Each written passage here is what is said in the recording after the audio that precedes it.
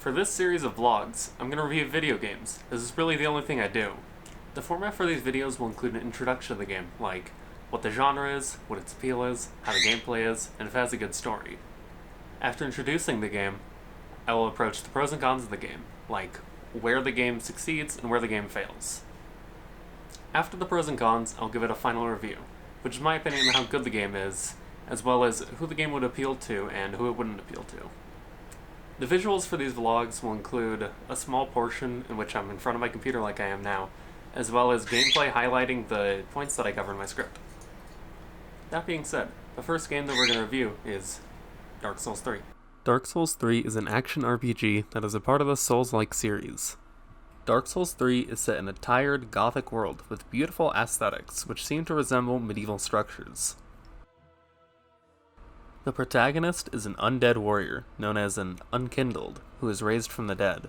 The protagonist's goal is to relink the fires that have been separated by the Lords of Cinder, who are basically others who relink the fires, and return the world from its near-death state. The game offers multiple endings after defeating the final boss, depending on secret interactions and choices made towards the end of the game. The lore of the game is very unique in its lack of direct storytelling and is instead offered in snippets, mainly gathered through item descriptions, cinematics, and the environment. The game also offers customization options for your character's appearance. The customization isn't great, but there are a decent amount of options. Gameplay-wise, the game is quite hard as per the Souls-like format and allows you to use different types of weapons and magic to tackle the many bosses. The combat system primarily relies on dodging out of the enemy's attacks and hitting the boss whenever possible.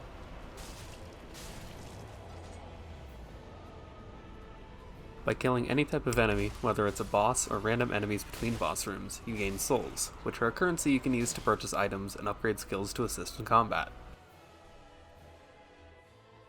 On to the pros and cons. This game has many strong points, mainly being a mysterious story that is mainly speculation and small details pieced together, fun and in-depth combat, beautiful aesthetics paired with stunning graphics, and a great deal of diversity in builds and abilities. However, the game definitely suffers in accessibility due to the game's difficulty and story that a lot of people would consider out of the way to understand. Rating this game on a scale of 1 to 10, I would give it a solid 9. As the game is, in my opinion, a very well made game, both in gameplay and aesthetically, but I recognize that it is not accessible to many people and holds it from being a 10 for me.